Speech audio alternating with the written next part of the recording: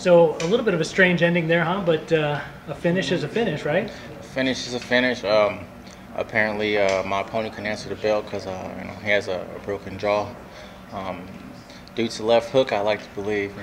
He was throwing hammers, man, and I had to answer the bell, or I was going to be on the other end of that beating. So, hat off to Rashid, and he's a great opponent, and that O had to go though. Do you have any idea of when you might have done that to him? I think it was towards the middle of the round when we hit the little flurry. We hit a little flurry at each other, and then we ended up punching up against the fence. And I also, it might have finished off the break when I hit him with a good shoulder check against the cage. But he tried to call timeout when we broke, and I think he knew then that his mouth was not in a good way. I know that you guys typically don't like to celebrate, hurting a guy that badly, but I mean, do you take any kind of satisfaction in, hey man, like, my hands are for real, and I was able to end a fight in that particular way? No, my hands are definitely for real, man. Like I said, these things, they're not huge, but they're like ball peen hammers.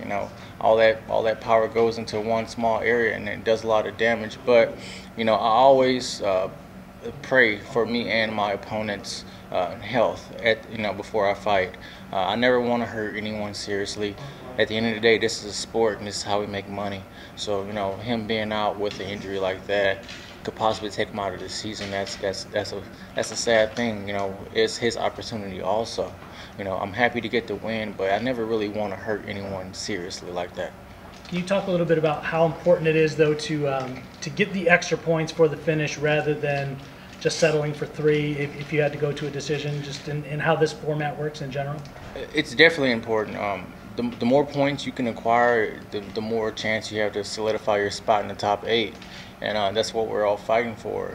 You don't want to get in any points ties with a lot of different guys, because there's so many different scenarios that could get you in but also could knock you out.